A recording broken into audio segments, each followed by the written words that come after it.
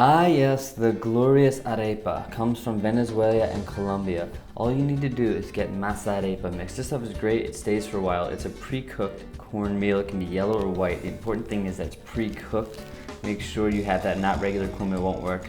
All you do is you take the cornmeal and you mix in some water and some salt. And I just keep mixing in like lukewarm water, basically until it starts to form a dough. It's gonna start to come together, and once it all sticks together, but it's not too sticky, because if it's too sticky, you're gonna wanna add some more of the cornmeal. You just wanna get it to a place where it feels nice and soft, it's not crackling, it just has that nice, perfect balance. Because what we're gonna do eventually is we're going to make these glorious patties.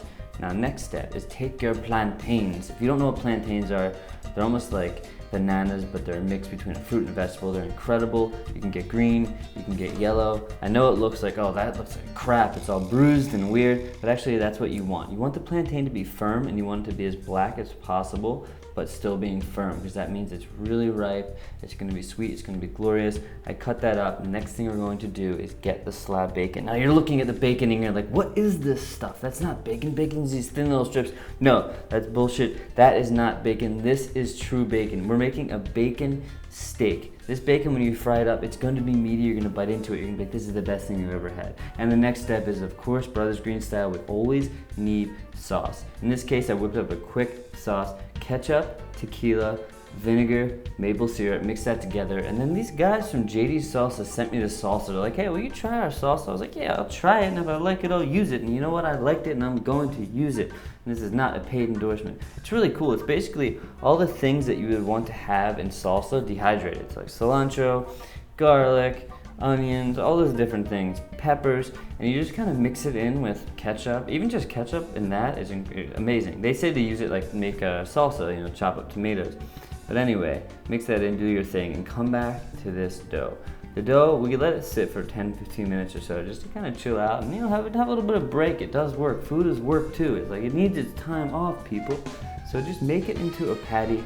Mine was a little on the drier side, but it was still really good. Like, I just kind of made it into like a burger patty and just pat the sides and make it so it's nice and smooth, and then you make as many as you want. You can make one in like a few minutes, and then you get your cast iron hot with some oil. If you don't have a cast iron, that's cool. Just use a regular pan, get it hot, and just fry those plantains.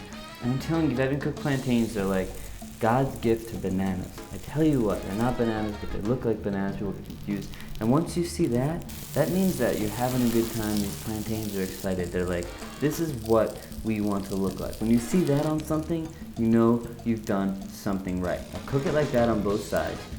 Just keep cooking it, cooking it, cooking it. Be patient, let it sit, it will do its thing. Take them out, and now the next step, you're like, they're not done? Like, what's going on here? No, we're not done. What should we do? We take a fork, and you just carefully mash them down so they don't break apart too much. They just stay in one, like, you know, almost coin size kind of thing. And then you're probably wondering what's happening. We're throwing them back in the deep fryer. Except this isn't a deep fryer, this is a shallow fryer. If you had a deep fryer, that would be awesome, but you can just do a little bit of oil, add a little bit of oil if you need more, and just fry them until they look incredible. I mean, look how amazing that looks. Could you imagine eating those right now? You sprinkle some salt on there when they're done, and they taste so good.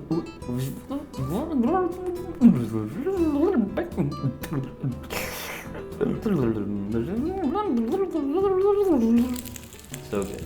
Okay, now we're gonna cook up that bacon. Get a little pan, fry the bacon up on one side, flip it over. Can you see how beautiful that is? Could you imagine eating bacon like this? You're used to those little thin, crispy pieces of crap. That's not bacon. This is bacon, bacon steak. It tastes so good. It's one of the best things you'll eat. It's better than steak, better than anything. It's bacon and steak put together. Now I took the oil that came off the bacon steak, added a little bit of oil back to the pan, and now we are going to fry our arepas. Fry them just like the plantains. You fry them on one side, then you fry them on the other. Now slow motion egg cracking the shell. He's going in for the shell, ladies and gentlemen. He sees the shell. He's aware of the shell. Oh, he got this shell.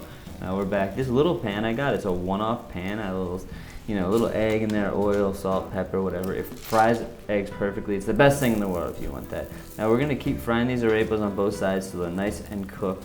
And you see they're golden brown on one side, you fry them on the other side. You add some oil if it starts to smoke. You have a good time. And now we're going to turn over to our famous friend, Mr.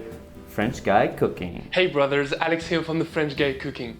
You know, I couldn't agree more with you. Arepas are the bomb. I mean, the filling options are infinite, so check out my twist on it.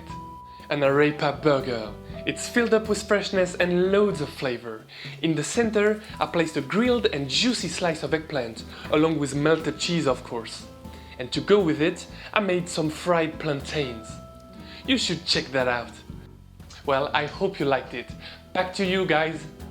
Okay, back to us indeed. Look what we have here. We have everything all set and ready to go. Now you can make these thin, flat arepas, fry them and just do toppings. Some people do that. But what I like to do is make them a little thicker, you know, like half an inch, and then cook them on both sides and cut them open, and they're gonna steam. And they're gonna look like they're almost not done, but the cooked cornmeal, pre-cooked, so good. Look at that bacon. Bacon down first, and then you take the plantains, put them down, sprinkle. I had some fresh sprinkly cheese. You could use feta, but this is more of like just a queso blanco. Now take the fried egg, yes please. And I took a little bit of red cabbage, mixed it with some lime, little vinegar, salt, pepper, cilantro, made a slaw. So amazing, fresh, has that crunch. And then sprinkle that sauce on top. You get the sauce on top, you put the sauce everywhere, and the top goes on. And look what we have. This is going to be one of the best tasting bites of your entire life until you take the next bite, because every meal you make should be incredible because you're putting your love and your time into it. And look what is going on. I